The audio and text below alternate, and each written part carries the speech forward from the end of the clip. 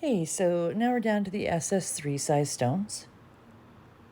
I should be wiggling them up here. There we go. They're tiny. Place them where you can.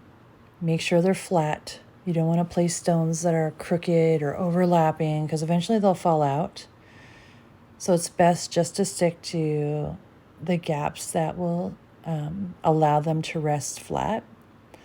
If you have gaps where they won't fit, that's okay. That's a pretty tiny gap. Just leave it.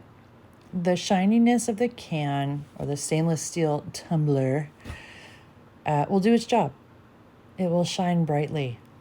It will reflect the light that the stones are refracting. Don't sweat it. This is cake. Gaps are a way of life. We have to embrace them. It just is what it is. It will be beautiful when you're done. Take your time and enjoy this near final process.